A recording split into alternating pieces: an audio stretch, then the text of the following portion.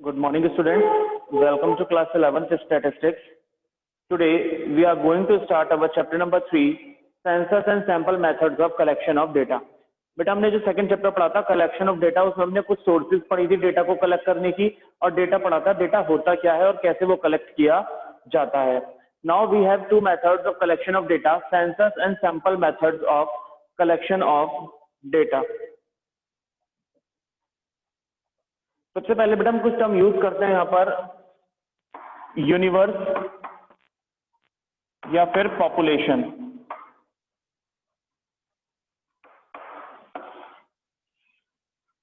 Universe और population, universe और population, यहाँ पर यूनिवर्स यानी वर्ल्ड से मतलब नहीं है, पॉपुलेशन यानी नंबर ऑफ पीपल से कोई मतलब नहीं है कि हम पूरे वर्ल्ड की पूरी कंट्री की पॉपुलेशन की काउंटिंग कर रहे हैं, नहीं. यूनिवर्स और population simply means aggregates of facts.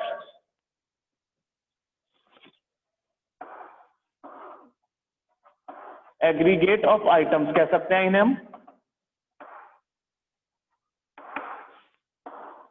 Studied for investigation.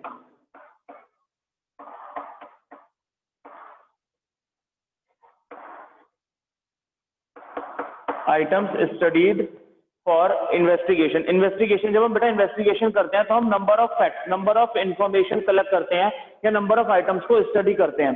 एक से ज्यादा आइटम्स की जब हम स्टडी करेंगे तो उसका एग्रीगेट, उन सभी आइटम्स का एग्रीगेट जो होगा उसे हम कह रहे हैं यहाँ पर यूनिवर्स और पॉपुलेशन. तो यूनिवर्स और population does not means that the entire world या एंटायर कंट्री या number of persons in a country. No, it refers to the aggregation of items, aggregation of facts, studies for investigation. Investigation करने के लिए हम जितने भी facts को या जितने भी आइटम्स को पढ़ेंगे उन सबको हम क्या कहते हैं, यूनिवर्स या पॉपुलेशन कहते हैं स्टैटिस्टिक्स में.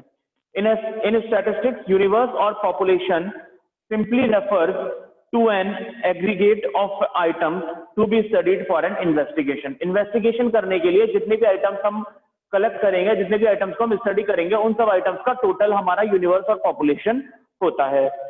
The term population means the aggregate of all the items about which we want to obtain information. Population ये यूनिवर्स का मतलब होता है जिन आइटम्स को स्टडी करके हम इंफॉर्मेशन गेन करना चाहते हैं, उन सभी आइटम्स का टोटल, उन सभी आइटम्स या उन सभी फैक्ट्स का total.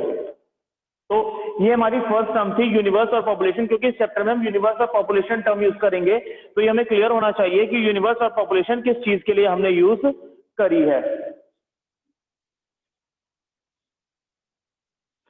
The next is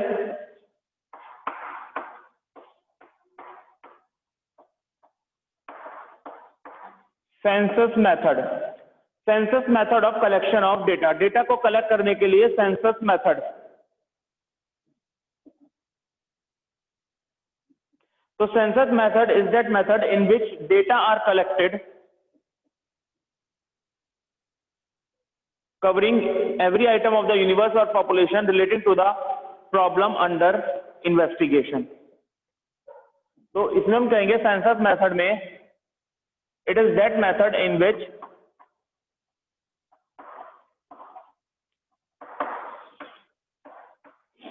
data is collected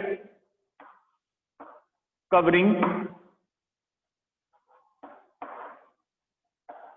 all the items of the universe.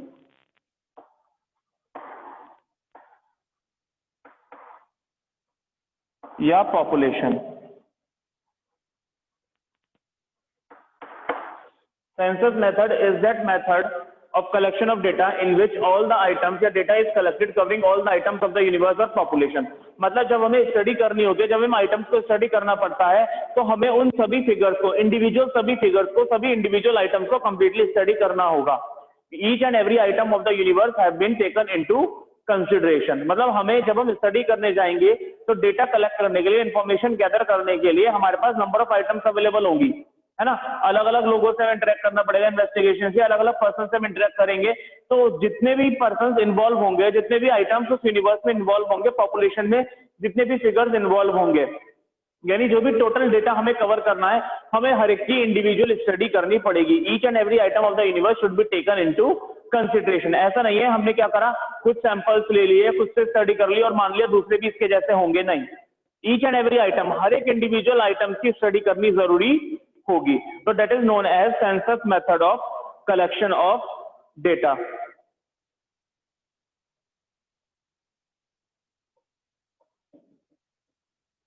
अगर हम बात करें एग्जांपल्स की, तो यहां पर हम कह सकते हैं if you want to investigate the colour और colour composition of Maruti cars in India, India में जितनी भी मारुति कार्स है उनका कलर कॉम्पोजिशन डिटरमाइन करना है, तो you have to study the each and every Maruti car of the manufacturing company. आपको उस मैन्युफैक्चरिंग कंपनी की हर एक मारुति कार की स्टडी करनी पड़ेगी। ऐसा नहीं आप मान लोगे ये ऐसी है वो भी ऐसी होगी, नहीं, each and every Maruti car should be taken into consideration, हर एक कार को कंसिडर करना पड़ेगा। That means each and every item of the universe is taken into consideration. दूसरी चीज बेटा आपको बताया था सेंसस जो है वो हर 10 इयर्स में होता है, हर 10 साल बाद सेंसस होता है ना। तो लास्ट सेंसस हमें पता होना चाहिए, last census was done in February 2011।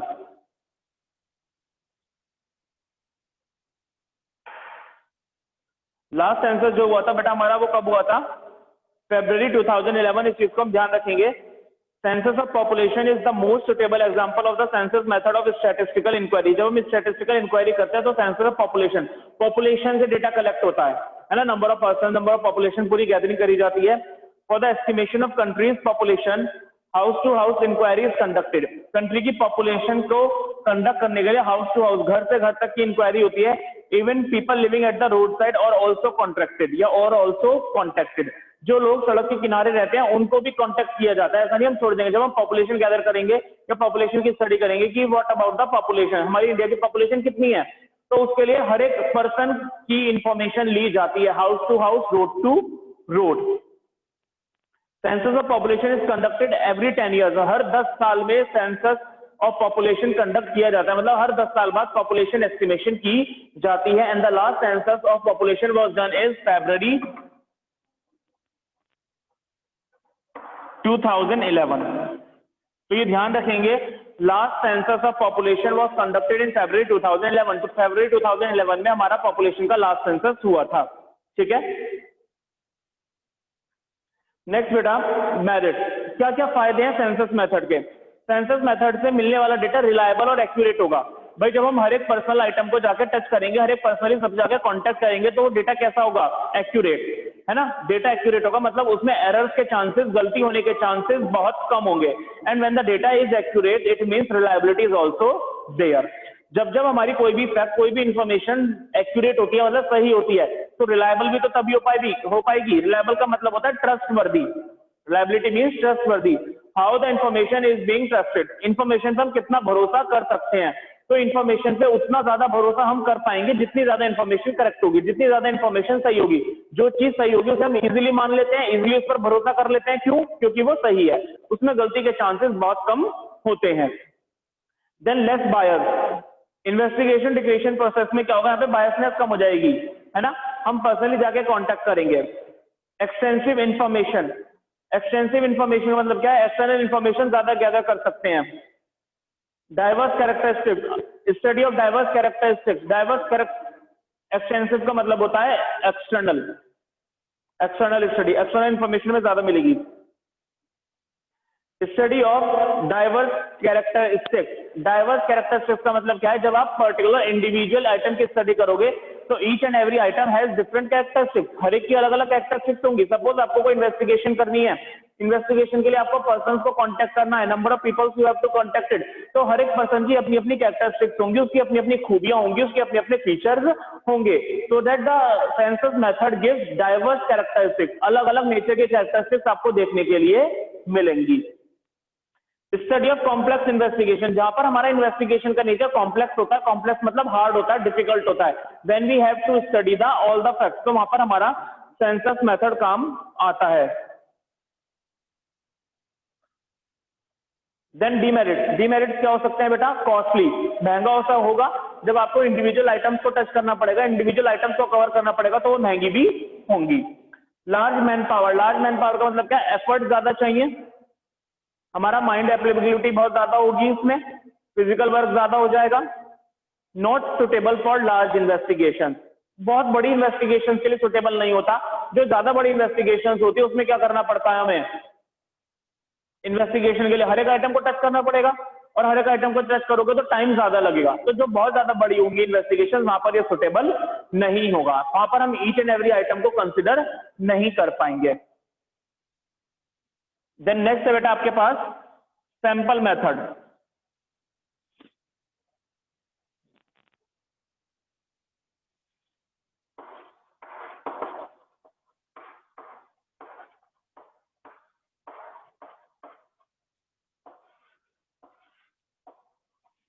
Sample method में क्या होगा? It is that method in which a sample is taken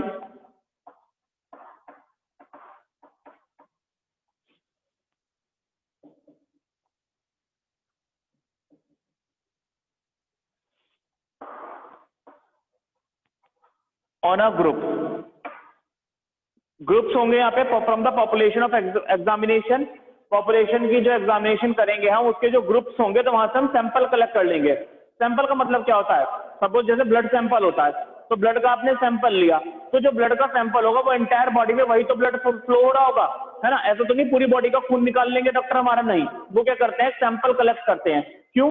to study about the whole body, पूरी बॉडी को स्टडी करने के लिए sample of blood is sufficient, blood का sample sufficient होता है। सेम ऐसे ही इसमें क्या होता है? सैंपल मेथड में हम पूरी यूनिवर्स को कंसिडर नहीं कर सकते।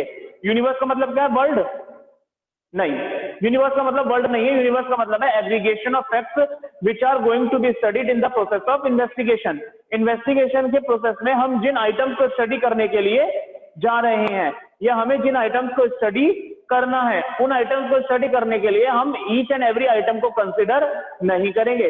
Suppose I have to study the 50 student of 50, ये 50 स्टूडेंट्स ऑफ क्लास 11th सी की अगर मुझे 50 स्टूडेंट्स की इंफॉर्मेशन गैदर करनी है, तो एक तरीका तो ये मैं हर एक इंडिविजुअल से कांटेक्ट करूं, हर एक बच्चे से कांटेक्ट करूं, तो मैं टोटल 50 बच्चों से कांटेक्ट कर पाऊंगा, है ना? मैं टोटल कितने बच्चों से कांटेक्ट कर पाऊंगा? 50 बच्चों से। That is the example of census method. वो किसका एग्जांपल हुआ? सेंसस मेथड का। बट अगर मुझे सैंपल मेथड लेना है तो मैं क्या करूंगा? कुछ सैंपल रिफ्लेक्ट कर लूंगा, उसमें से कुछ बच्चों की इंफॉर्मेशन गैदर कर लूंगा और ये मान लूंगा that the entire class shows the similar information. Entire class कैसी इंफॉर्मेशन शो कर रही होगी? Similar information means a sample is taken from the group which we have to study for the purpose of investigation. Investigation purpose के लिए जो हमें universe की study करनी है, जो हमें आइटम्स की स्टडी करनी है, उन आइटम्स में हम कुछ सैंपल्स कलेक्ट कर लेंगे। सैंपल्स का मतलब है कुछ फ्यू आइटम्स को हम कलेक्ट कर लेंगे और ये मान लेंगे that the few items which we have collected from the process of investigation from out the universe से हमने जिन आइटम्स को सैंपल के तौर पे लिया है इन्वेस्टिगेशन करने के लिए, that few samples reflect the entire population और एंटायर यूनिवर्स।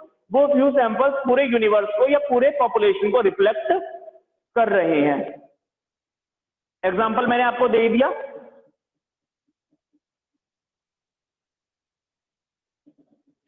दूसरा एग्जांपल ले सकते हैं, बताओ कोई और एग्जांपल क्या हो सकता है? अनदर एग्जांपल बेटा ये हो सकता है, सपोज आप ममा राइस बॉईल कर रही हैं, है ना? एक फ्राइंग पैन में राइस बॉईल कर रही है, चावल उबाल रही है, तो क्या करते हैं हम कभी कभी बीच में चेक करते हैं कि चावल प्रॉपर्ली गल गए हैं, नहीं गल गए, बने नहीं बने। तो क्या पूरे भगोने में से चावल निकाल कर चेक करती है मम्मा? नहीं, सैंपल ले लेती हैं, कुछ चावल निकाल लेते हैं, कुछ चावल के दाने, 2-4 चावल के दाने निकाल लेते हैं स्पून से और उन्हें दबाकर देख लेते हैं कि चावल सही से हमारे बन पाए, बॉयल हुए हैं या नहीं। अगर वो चावल हमारे गल जाते हैं, वो इजीली प्रेस अप हो जाते हैं, तो हम ये मान लेते हैं then the rice have been cooked up, rice बन चुके हैं। ऐसा तो ये हम पूरे भगोने के चावल को निकाल के चेक करते हैं कि चावल को निकाल के नहीं। तो it is another example of sample. वो जो चावल हैं जिससे भी हम बॉईल कर रहे हैं, that is the entire universe, that is the entire population. उसमें से हमने कुछ सैंपल निकाले, उन सैंपल की स्टडी कर ली, तो हम ये मान लेंगे पूरा का पूरा यूनिवर्स की हमने स्टडी कर ली। That is sample method. इसके फायदे क्या होंगे बेटा सैंपल मेथड के? इकोनॉमिकल, बहुत इकोनॉमिकल है, इजीली हो जाएगा। Each and every item of the universe should not be taken into consideration, आपको पूरे आइटम्स की कंसिडरेशन करने की जरूरत नहीं है। टाइम सेविंग, टाइम बच जाएगा। अलग अलग लोगों के पास जाके 50 लोगों से मिलोगे तो ज्यादा टाइम लगेगा, 2-4 लोगों में से ले लिया, उनसे इंफॉर्मेशन गैदर कर ली, टाइम कम लगेगा। आइडेंटिफिकेशन ऑफ एरर, गलती पकड़ने के चांसेस ज्यादा हो जाएंगे। मैंने 4 लोगों से कांटेक्ट किया है ना, अब मेरे डेटा में कोई गलती हो गई, अब मैं पूरे लोगों से जाके कांटेक्ट करूंगा?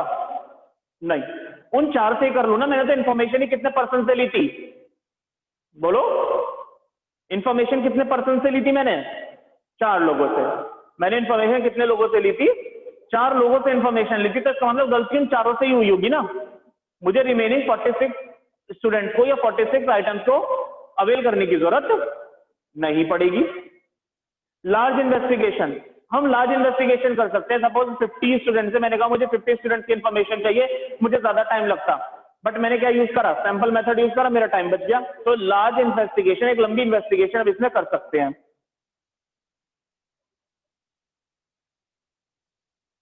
Then more scientific, scientific approach से भी, साइंटिफिक अप्रोच से भी ये कहा गया है कि सैंपल डेटा कन्वीनियंटली इन्वेस्टिगेट किया जा सकता है from all the angles.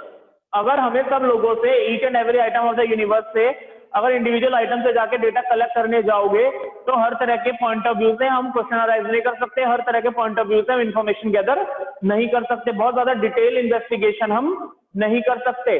But अगर सैंपल मेथड हम यूज करते हैं तो कन्वीनियंटली हम from all the aspect, from all the angles information have been taken into consideration, हम इंफॉर्मेशन को प्रॉपरली गैदर कर सकते हैं। डीमेरिट, डीमेरिट्स क्या हो सकते हैं? पार्शियल, पार्शियल हो सकता है। सपोज मैंने सैंपल कलेक्ट करते टाइम पर ही पार्शियलिटी शो कर दी तो हो सकता है ना। Suppose I have 50 students of 11C in my class, मेरे पास, मेरी क्लास में 50 बच्चे हैं 11C के। अब मुझे उनमें से सैंपल लेना है, तो how to I collect the sample? ये तो मेरे ऊपर डिपेंड करता है ना, मैं किस बच्चे को सैंपल लूंगा, मैं किस बच्चे को बनाऊंगा या उससे इन्फॉर्मेशन ज्यादा करूंगा। अगर मैंने वहीं पर ही पार्शियलिटी शो करी तो मेरा डेटा पार्शियल हो जाएगा। रॉन्ग कंक्लूजन, रॉन्ग कंक्लूजन मिल सकते हैं when the selected sample does not reflect the similar characteristics of each and every atom of the universe। अगर मेरा सैंपल कलेक्ट करने में ही मुझसे गलती हो गई तो क्या होगा? रिजल्ट एंड रिजल्ट गलत निकलेगा। मैं तो उस सैंपल को मान के चल रहा हूं कि जो सैंपल की कैरेक्टरिस्टिक्स होंगी वही एंटायर यूनिवर्स की कैरेक्टरिस्टिक्स होंगी, बट अगर उस सैंपल की कैरेक्टरिस्टिक्स गलत निकली तो एंटायर यूनिवर्स की कैरेक्टरिस्टिक्स भी मेरे लिए गलत हो जाएंगी। Then the conclusions have been derived wrongly, results have been proved wrong. Difficulty in selective representative sample, बहुत इजी टास्क नहीं होता टू रिप्रेजेंट या to select a sample that reflects the entire universe. It is a very much difficult task. बहुत difficult हो जाता है एक ऐसे सैंपल को सेलेक्ट करना, एक ऐसे रिप्रेजेंटेटिव को सेलेक्ट करना that represent the entire universe, that represent the entire population. पूरे एंटायर पॉपुलेशन को रिप्रेजेंट करने के लिए एक ऐसा सेलेक्ट करना सैंपल डिफिकल्ट हो जाता है ना। Suppose if I am going to appoint a monitor for 11C, अगर मैं 11C के लिए मॉनिटर अपॉइंट करने की बात करूं तो it is not a simple task, ये सिंपल टास्क नहीं है। I have to appoint that student that is having extra characteristics, that are having extra features, who are in a position to control the class, who are in a position to bind up the class, who are in a position to help the classmates। बहुत सारे features ध्यान में रखने पड़ते हैं। एक ऐसा बच्चा सेलेक्ट करना है जिसकी बातें पूरी क्लास सुने, है ना।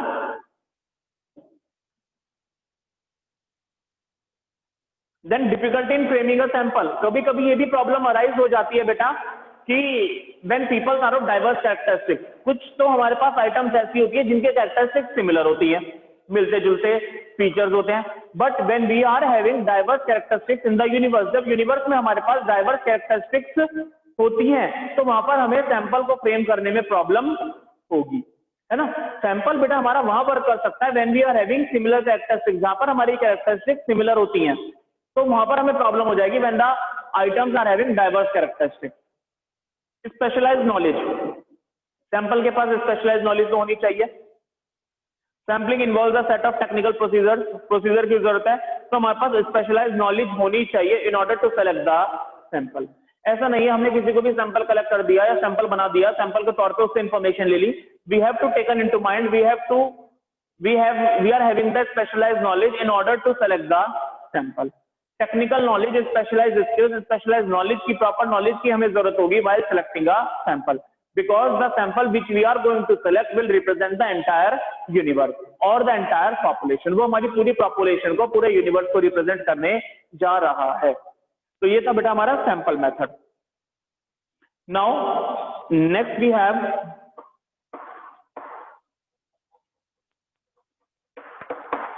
essentials of a sample. एक अच्छे सैंपल के अंदर क्या क्या होना जरूरी है? एक अच्छा सैंपल कैसा होना चाहिए? सबसे पहला रिप्रेजेंटेटिव. सबसे पहला क्या होगा? रिप्रेजेंटेटिव. एक अच्छा सैंपल ऐसा होना चाहिए जो पूरे एंटायर यूनिवर्स को, पूरे एंटायर ग्रुप को रिप्रेजेंट करता हो, है ना. एक अकेले सैंपल से देखकर हमें पता चल जाए पूरे ग्रुप को क्या कर रहा है? रिप्रेजेंट कर रहा है. Independent.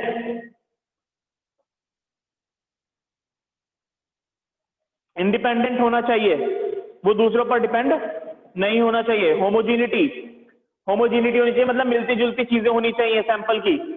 Of the group, of the items of the group. Items जो है ग्रुप की उनसे होमोजीनियस होना चाहिए, हेट्रोजीनियस नहीं होना चाहिए. अगर वो अपने ग्रुप के आइटम से अलग हो गया तो that does not represent the entire group. वो एंटायर ग्रुप को रिप्रेजेंट नहीं करेगा. एडिक्वेसी होनी चाहिए. The number of items in the sample should be fairly adequate. Adequate होना चाहिए, प्रॉपर होना चाहिए, जो रिलायबल हो. अगर हमें गलत सैंपल चूज कर ले और वो हमें रॉन्ग कंक्लूजन दे दे, रॉन्ग इंफॉर्मेशन दे दे, then the entire information will going to be wrong. Then the conclusion of the end result which the sample going to derive will be affected adversely. वो हमारा एडवर्स अफेक्ट हो जाएगा. ठीक है. अब बात आती है बेटा सैंपल कैसे सेलेक्ट करेंगे. बहुत सारे तरीके हो सकते हैं हमारे पास. How to collect the sample. तो next we have methods of sampling.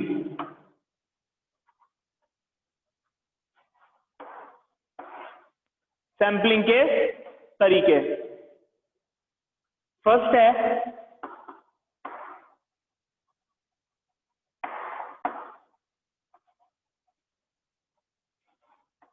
random sampling. Random sampling is that method of sampling in which each and every item of the universe has equal chance of being selected in the table. Random sampling का मतलब है सबके पास equal opportunity of being selected. ऐसा नहीं है हम किसी को प्रेफरेंस देंगे, हम किसी को नेग्लेक्ट कर देंगे, नहीं. Each and every item of the universe has equal opportunity to be selected in the table या इन द इन्वेस्टिगेशन प्रोसेस. कैसे हो सकता है बेटा अभी रैंडम सैंपलिंग? आप बहुत अच्छे से जानते हैं लॉटरी मेथड. सपोज 11C के लिए मुझे मॉनिटर सेलेक्ट करना है, 50 स्टूडेंट्स हैं. मैं क्या करूंगा, सबके नाम की स्लिप एक बाउल में डाल दूंगा. अब सबके पास इक्वल अपॉर्चुनिटी है ना. 50 बच्चों के नेम लिखे एक स्लिप पे, अलग अलग स्लिप पे, एक स्लिप पे एक बच्चे का नेम लिखकर उसे बॉल में डाल दी. तो आई एम हैविंग 50 स्लिप. कितनी स्लिप हो गई? 50. अब जिसका भी नाम टिक होगा उस स्लिप में, जिसका भी नाम निकलेगा, when I am going to choose a particular slip, the name which is written on that particular slip will be going to the monitor. तो हर एक बच्चे के पास बेटा यहाँ equal opportunity to be selected in the monitor. Monitor select होने के लिए हर एक बच्चे के पास इक्वल अपॉर्चुनिटी थी. That is known as random sampling. ये क्या होती है हमारी random sampling. Means when each and every item of the universe have equal opportunity to be selected in the process of investigation. Investigation process में जब हर एक item के पास पूरी तरह से अपॉर्चुनिटी होती है कि वो भी सेलेक्ट हो सकता है. Then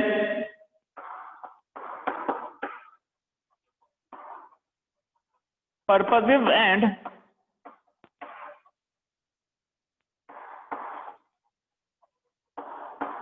deliberate sampling.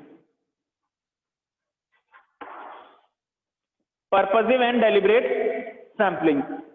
It is that method in which investigator himself makes the choice of the sample items which in his opinion are the best representative of the universe.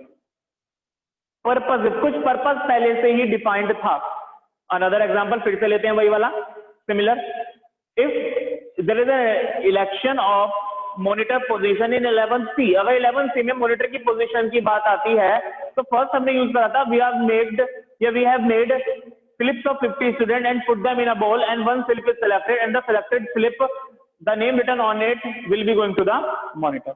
That is random sampling. But अब next है हमारे पास बेटा sample select करते time पर अगर मैं उस बच्चे को सेलेक्ट करूं जो मेरे ओपिनियन में बेस्ट है, जो मुझे अच्छा लगता है, जिसे मैं चाहता हूं मॉनिटर बनाना, तो दैट इज पर्पसिव और deliberate sampling. So it is that method of sampling in which a sample is taken by the investigator himself. ये वो मेथड होता है जिसमें इन्वेस्टिगेटर अपने अकॉर्डिंग सैंपल को सिलेक्ट करता है जो उसके अकॉर्डिंग सबसे बेस्ट होता है, जो उसके अकॉर्डिंग सबसे अच्छा होता है. तो यहाँ पर पार्शियलिटी हो गई ना, हर एक को चांस नहीं मिला. The investigator is the role model. Investigator role model बन गया, उसने अपने अकॉर्डिंग क्या कर लिया, सैंपल को सिलेक्ट कर लिया. उसने ये मान लिया ये सैंपल ऐसा है जो पूरे यूनिवर्स को रिप्रेजेंट करेगा. हर एक पर्सन के पास, हर एक आइटम के पास इक्वल अपॉर्चुनिटी नहीं बची. Then third is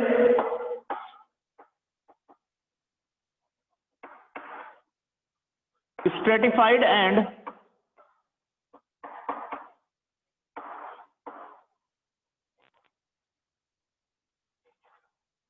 mixed sampling.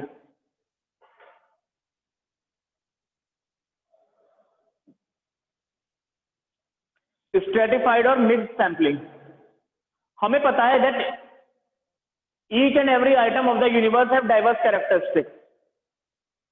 अलग अलग आइटम्स की अलग अलग कैरेक्टरिस्टिक्स होंगी. कुछ मेरी कैरेक्टरिस्टिक्स होंगी, कुछ आपकी कैरेक्टरिस्टिक होगी. जरूरी नहीं है हमारे फीचर्स सभी मिलते हो, नहीं, ऐसा पॉसिबल है नहीं है. सबकी अपनी अपनी कुछ ना कुछ खूबियां होती हैं, सबकी अपनी अपनी कुछ ना कुछ कमियां होती है. मींस ईच पर्सन या each item have its own characteristic. अब हम क्या करेंगे बेटा, on the basis of characteristics of in similar nature, characteristics की सिमिलरिटी को देखते हुए हम आइटम्स के ग्रुप बना देंगे, है ना. हम क्या बना देंगे, आइटम्स के ग्रुप. सपोज जैसे आपके बने हुए हैं ग्रुप. कैसे बने हुए हैं ग्रुप, जिन बच्चों ने पीसीएम लिया उन्हें सेक्शन मिल गया ए, जिन बच्चों ने पीसीबी ली उन्हें सेक्शन मिल गया बी, जिन बच्चों ने प्योरली कॉमर्स ली उन्हें सेक्शन मिल गया सी, जिन बच्चों ने ह्यूमैनिटीज ली उन्हें सेक्शन मिल गया डी और ई. कैसे मिले, on the basis of choice of text, on the basis of choice of subject. जिस बच्चे ने जिस तरह के सब्जेक्ट चूज किए, तो हमने क्या कर दिया, ग्रुप ही तो बना दिए. Class 11th A, class 11th B, class 11th C, class 11th D, ये क्या हो गए, ग्रुप हो गए. हमें पता है 11th ए में बच्चे मुझे पीसीएम के मिलेंगे, 11th बी में बच्चे मुझे पीसीबी के मिलेंगे, और 11th सी में कॉमर्स के मिलेंगे, और डी और ई में मुझे ह्यूमैनिटीज मिलेगी, है ना. तो मैंने क्या करा, ग्रुप बना दिया आइटम्स का on the basis of their characteristics, उनके कैरेक्टरिस्टिक्स के बेसिस पर. तो यहाँ भी हमें यही करना है. सर्टिफाइड और मिक्स सैंपलिंग में हमें आइटम्स की कैरेक्टरिस्टिक्स के बेसिस पर उनके ग्रुप बना देने हैं, और फिर हर एक ग्रुप में से एक सैंपल सेलेक्ट कर लेना है. नहीं आया समझ में. सपोज मुझे 4 बच्चे चाहिए, है ना, एक पीसीएम का हो, एक पीसीबी का हो, एक ह्यूमैनिटीज का हो, एक कॉमर्स का हो. मैंने ग्रुप बना दिए. अभी मैंने 10th से आप लोग आए, आपकी क्लास डिवाइड नहीं थी, है ना, आपकी क्लास डिवाइड नहीं थी. तो मुझे चाहिए था एक बच्चा पीसीएम जिसके पास फिजिक्स केमिस्ट्री मैथ्स हो, एक बच्चा पीसीबी जिसके पास फिजिक्स केमिस्ट्री बायो हो, एक बच्चा जो प्योरली कॉमर्स का हो जिसके पास कॉमर्स के मेन सब्जेक्ट हो, एक ह्यूमैनिटीज का बच्चा हो. अभी आप 10th से निकल कर आए हो, अभी आपकी क्लास डिसाइड नहीं हुई. तो मैंने क्या करा, पहले सबसे पहले जब आप 10th से निकल कर आए तो आपको सब्जेक्ट दिए, your subject is your characteristic. आपने सब्जेक्ट चूज करे तो सब्जेक्ट के बेसिस पर मैंने आपके ग्रुप बना दिए. Group 11th A, group 11th B, group 11th C, group 11th D and E.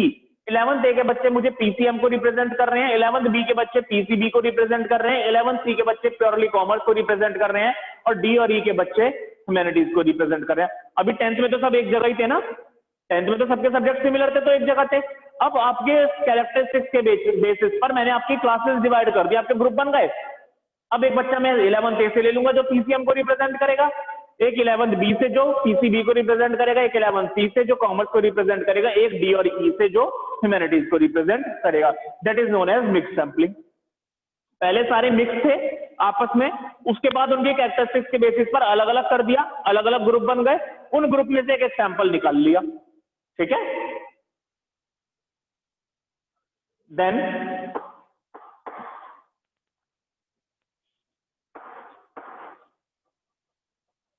systematic sampling.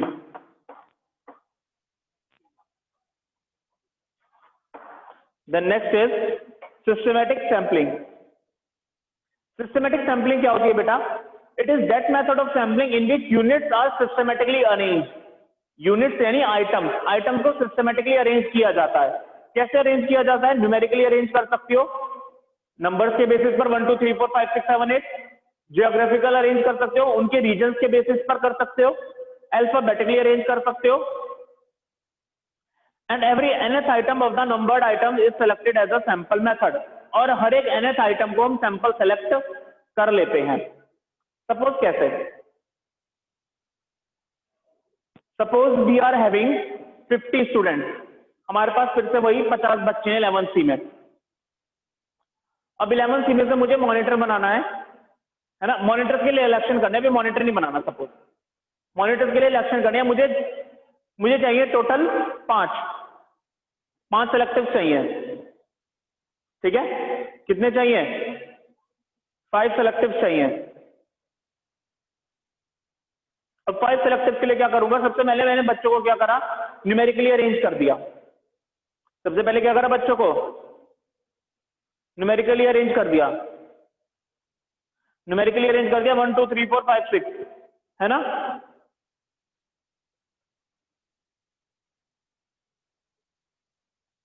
समझ गए कैसे अरेंज कर दिया, न्यूमेरिकली 1 2 3 4 के अरेंज कर दिया, है ना, न्यूमेरिकल बेसिस पे अल्फाबेटिकली अरेंज कर दिया, अल्फाबेटिकली अरेंज कर दिया। अल्फाबेटिकली मतलब उनके नेम के साथ, जिसका नाम ए से स्टार्ट होता है उसे पहले, जिसका नाम बी से स्टार्ट होता है उसे बी से, जिसका नाम सी से स्टार्ट होता है उसे सी से स्टार्ट कर दिया। अब मैं क्या करूंगा, अब मैं नंबरिंग कर लूंगा 1 से 10 तक, 1 से 10 तक मैं एक नंबर सेलेक्ट कर लूंगा, 1 से 10 तक की मैंने नंबर स्लिप बनाई, और उस नंबर स्लिप से क्या करूंगा, एक नंबर सेलेक्ट कर लूंगा।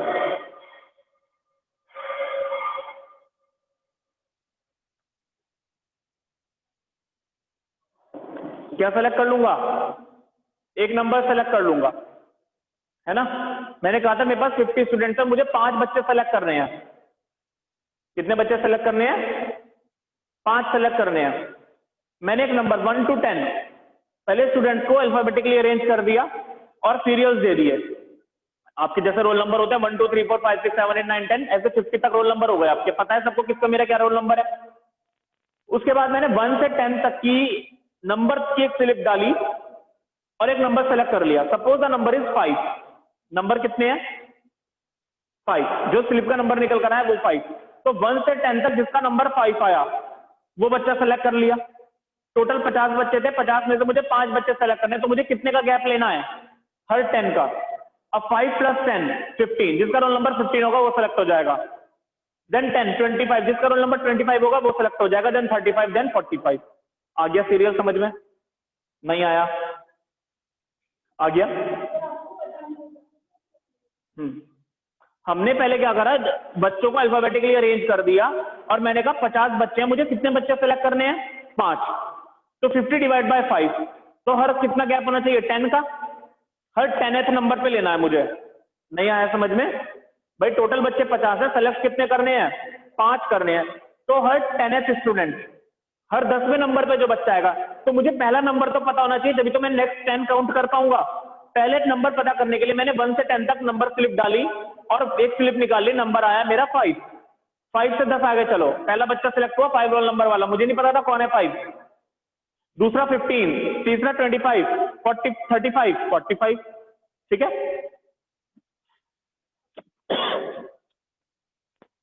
देन कोटा सैंपलिंग, नेक्स्ट है बेटा कोटा सैंपलिंग। कोटा सैंपलिंग क्या होता है, the population is divided into different group. Population को हम डिफरेंट ग्रुप में डिवाइड कर देंगे और classes according to their different characteristics of the population, population की कैरेक्टरिस्टिक्स के बेसिस पर। And further some quota of the item to be selected as sample item which is fixed for each group. बहुत सारी diverse population है, number of items we are having. सबसे पहले हमने group बना दिए, हमने क्या बना दिए, ग्रुप बना दिए, कोटा फिक्स कर दिया इतना। एग्जांपल देखो राशन शॉप्स का, राशन शॉप्स में कोटा फिक्स है भाई, इतनी बड़ी पॉपुलेशन है हमारे पास इंडिया की, ऐसे तो किसी के घर में 10 मेंबर है ना, किसी के यहाँ 5 मेंबर है, वो कहेगा जी मेरे यहाँ तो कंजम्पशन इतना है, मेरे यहाँ तो इतना है। तो हमने क्या कर दिया, राशन शॉप्स ने कोटा फिक्स कर दिया कि हर पर पर्सन पे हमें 3 किलो गेहूं मिलेंगे, जितने आपके मेंबर्स होंगे उतने मिल जाएंगे। है ना, पर पर्सन कोटा फिक्स हो गया। अगर किसी की फैमिली में 1 जना है तो 3 किलो, जिसकी फैमिली में 2 पर्सन है उन्हें 6 किलो, जिसकी में 3 है उन्हें 9 किलो, और जिनके में 4 है उन्हें 12 किलो, जिनके में 5 है उन्हें 15 किलो। कोटा फिक्स कर दिया ना हर एक पर्सन के लिए। तो ऐसे ही यहाँ पे क्या होगा, items are having diverse characteristics, items are having different characteristics, and firstly you have to categorise the items of similar nature. Similar nature के आइटम के बेसिस पर आप ग्रुप बनाओगे, देन कोटा फिक्स कर दोगे कि इस ग्रुप में से मुझे कितना सेलेक्ट करना है। अब आप दूसरा मेथड अप्लाई करो, कैसे निकालना है आपको, ये ध्यान रखना। एक पर्टिकुलर ग्रुप से मुझे इतने पर्सन सेलेक्ट करने हैं, मुझे इतनी आइटम सेलेक्ट करनी है। अब आप दूसरा मेथड अप्लाई करोगे कि कौन सा मेथड अप्लाई करूं उसको सिलेक्शन के लिए। नहीं आया समझ में? 10-10 बच्चों का एक ग्रुप बना दिया, 50 बच्चे हैं, 10-10 बच्चों के ग्रुप बना दिए, 5 ग्रुप बन गए। अब मुझे रिप्रेजेंटेटिव सेलेक्ट करने हैं। अब मुझे हर ग्रुप में से 2 बच्चे सेलेक्ट करने, मैंने कोटा बना दिया। जो पहला ग्रुप है ग्रुप 1, उसमें से 2 बच्चे सेलेक्ट करूंगा, मेरा अलग मेथड हो सकता है सेलेक्ट करने का, वो दूसरा मेथड हो गया। पहले क्या करना है आपको, ग्रुप बनाने हैं। ग्रुप बनाने के बाद हर एक ग्रुप के लिए कोटा फिक्स कर दो, मुझे इस ग्रुप में से इतने मेंबर्स लेने हैं, इस ग्रुप में से इतने मेंबर्स लेने हैं, और इस ग्रुप में से इतने मेंबर्स लेने हैं। समझ गए? That is known as quota sampling. इसे हम क्या कहते हैं, कोटा सैंपलिंग। हमने कोटा फिक्स कर दिया। Last is convenience sampling.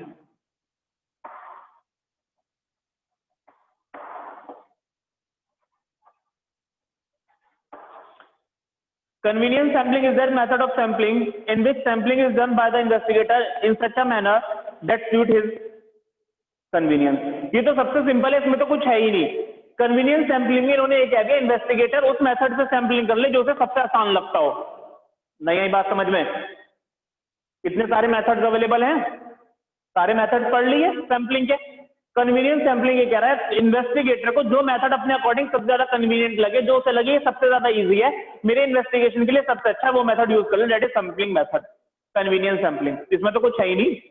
नहीं आया समझ में? अब भी हम जो काम करते हैं अपनी कन्वीनियंस के अकॉर्डिंग ही तो करते हैं, है ना। मुझे स्कूल आना है, मैं कैसे आऊंगा school? By car, by bus, by cycle, by rickshaw, by walking.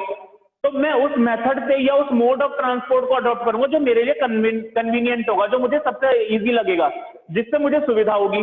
तो ये भी तो यही कह रहा है सैंपलिंग, वो मेथड सैंपलिंग का सेलेक्ट कर लो जो आपके लिए सबसे इजी है, दैट इज कन्वीनियंस सैंपलिंग। समझ गए? क्लियर है बेटा सभी को? ये चैप्टर बेटा हमारा यहीं पर इतना ही है, कंप्लीट हो जाता है।